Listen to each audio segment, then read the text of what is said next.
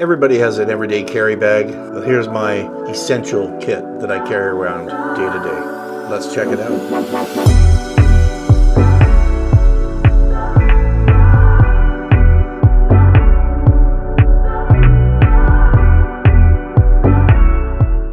Welcome back to the channel, everyone. It's been a little bit of time since I made a video. Today we're going to talk about what I carry around every day, but my essential kit. Starting with the Tenba DNA10. This bag is really well made, as most Tenba products are. Lots of zippers, top access, magnetic clips, and surprisingly enough, very good Velcro. Has an IDC on the inside. Variable setups that you can actually keep all your camera equipment in. I do stuff this bag pretty full when I carry it, and it's not too bad on the shoulder because the shoulder strap is actually quite comfortable as well. So it's very thickly padded, and I haven't had any issues with this one at all.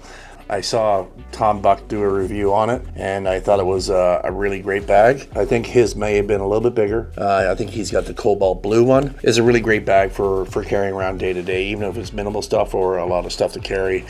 I do find it very comfortable to wear and very comfortable to use on a day-to-day basis. And it can hold quite a bit of stuff, surprisingly enough. When I don't use that bag and I need to carry a little bit more, say my Zhiyun Crane M2S, I might carry this bag. This is my k&fconcept camera travel bag. They say it's waterproof. I'm gonna say probably not waterproof. I find that there's a little flap here that remains open all the time. It's got a little bit of flap, but I think some water is eventually going to get in there. I don't trust this in like heavy rainfall, but it does have a rain cover and everything for it as well. It's pretty rugged for the build quality. It's actually pretty good. It's quite comfortable wearing as well. It does have a roll top, so it can actually expand quite a bit. Undo the Cobra clip, which is a really nice clip to have as well. It rolls up actually even past the frame, so it's actually quite big if you did need to bring a little extra things. I don't always bring it with me, but it is good to have if I do have extra equipment I want to bring with me. So the main camera I bring with me is the Sony ZV-E10. I'm using it right now as one of my cameras here in the studio. I'll throw a little B-roll up there. It's a great little compact camera that does really great video and even photos as well. It's my camera of choice when I take it around. I've traveled with it. I go out every day with it. It's a mini beast, I have to say. It's a great camera. So if you're looking for something that's a great 4K camera, the ZV-E10 is a great choice for you. I do also carry with me the kit lens. It's the 16 to 55, 3.5 to 5.6. It's got optical stabilization as well. It's a nice little kit lens. I do carry 4 batteries for the ZV-E10, just one in the camera and 3 spares just to bring with me on a shoot. If I do deplete my batteries on the shoot, I do bring my small rig battery charger as well. This charger actually came with 2 extra batteries for the Sony ZV-E10, and I can charge it through a power bank with this cord, or it can be plugged in through USB-C. So I usually take a 10,000 milliamp power bank with me. If I do deplete them, at least I can get a couple batteries charged up on the go. The other lens that I do take with me is the Tamron 28 to 75 2.8 version 1. It's a great lens. It's heavy, it's big, it's made for full frame. It's a great lens just for blurring out the background, letting in a little bit more light, especially in the evening or later at night. It does give pretty good separation being a 2.8 aperture. The Tamron actually has pretty snappy autofocus as well. The next thing I take with me, of course, you need to have audio because audio's 50% of video. So I take with me the Ulanzi AM18 wireless microphone system. I'm using it right now. How's the audio sound? I have done a couple of videos on the Ulanzi AM18 microphone system. I'll leave a link up in the corner up here, I think, so you can check it out for yourself. This video isn't sponsored by anybody. I bought all these things with my own money. It's made my videos that much better. A lot of the items I do buy are budget-friendly items. Ulanzi is a budget-friendly item, but it's fairly high quality as well.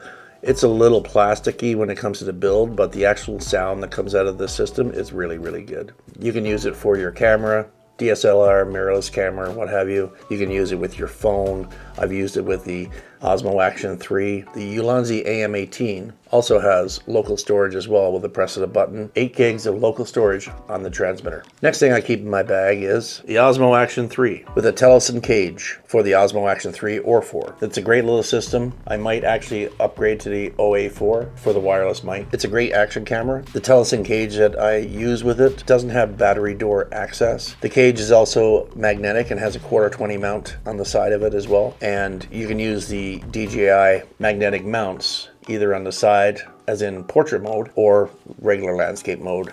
So another thing I actually use is this Ulanzi tripod. It's a MT47, I believe, aluminum tripod. I use this quite often either with my Sony ZV-E10 or with the Osmo Action 3. It's a great little tripod where you can actually just stand it up and do some filming, or I can use it as a vlogging style if I really wanted to. It's a really great tripod, well made. It's a little bit heavier than most plastic tripods. It's actually really good and well made. Next up is something you wouldn't expect for me to take, but it's what I have. It's the Canon 50mm 1.8 with the 7 Artisans adapter for EF to E mount, and it's autofocus as well. It's a really great lens. I'm using it right here on my Canon 700D, but it's a great lens. Lots of great separation in the background. I do use it because I can fly it on my gimbal if I really need to. With this 7 Artisans adapter with the autofocus, it works really well considering it's a third party. If you want to check out a video from Mark Wiens, I'll leave a link in the description or I'll put a card up here. He gives a really good explanation of the actual adapter, and it does work really well with the Sony. Something I do take with me just to make sure I have protection for the camera is the Peak Design shell. This is pretty versatile. Seems like it's like a neoprene type of material with a little visor in the front and a little toggle to cinch that up. It actually works quite well and keeps everything nice and dry, as the ZV-E10 is not weather sealed. The Tamron 28-75 is weather sealed, but I feel more comfortable with having this on just in case there's any moisture or water or rain that gets onto my camera. This is a pretty good solution to keep your camera dry. When I do use it for my backpack, I do use it with the FALCAM F38, so it actually keeps it dry on my shoulder here. Not very often I use a phone for filming anything. When I do, I actually use this. It's the k&fconcept phone holder with camera base plate. So it actually is an Arca Swiss base plate as well that I can use as a phone holder, like I said, to put onto a tripod, or I can use it as a camera plate. In order to get that nice motion blur, you're gonna need ND filters, and I do take 2 ND filters with me. I do carry one 58mm ND filter, 2 to 400 variable from k&fconcept. Pretty affordable little ND filter. So I went and got the 67mm as well, and I use that one for my Tamron lens. You need to make sure you keep your dust off your sensor and dust out of your lenses, so obviously I got a little mini rocket blower. It does the trick. Lens brush. Using the Peak Design shell is great to keep water out, but I also need to keep water out of the bag. I do use, obviously, the rain cover that comes with the DNA10. Cleaning. You need a cloth. You need a cloth for your lens. Make sure you take this. It takes no space.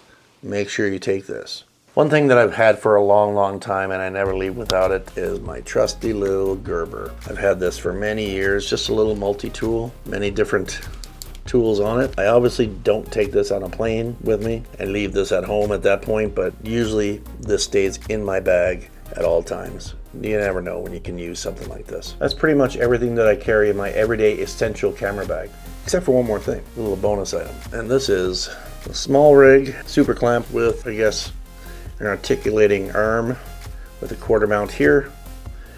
This thing is super versatile. I've used this just to put my Osmo Action 3. I clip onto it. You can articulate this arm any way you want. It's the same thing with the ZV-E10 with the small rig cage. I can attach the 1/4-20 mount to the small rig cage, and then I can mount this thing almost anywhere and get some really dynamic shots with it. I never leave home without this. This is the gear right here. If you don't mind hitting the subscribe button and hit that notification bell for upcoming content, really helps the channel with the algorithm. The links for all this camera gear will be down in the description. Some will be affiliates, some will not. This is what I carry every day in my bag. What I carry every day is the Tenba DNA-10. And that holds everything that I just talked about. It's packed in there, but it does hold it. Let me know in the comments what you have for your everyday essential camera kit. I'd love to hear about it. And as always, thanks for watching, and we'll see you in the next video.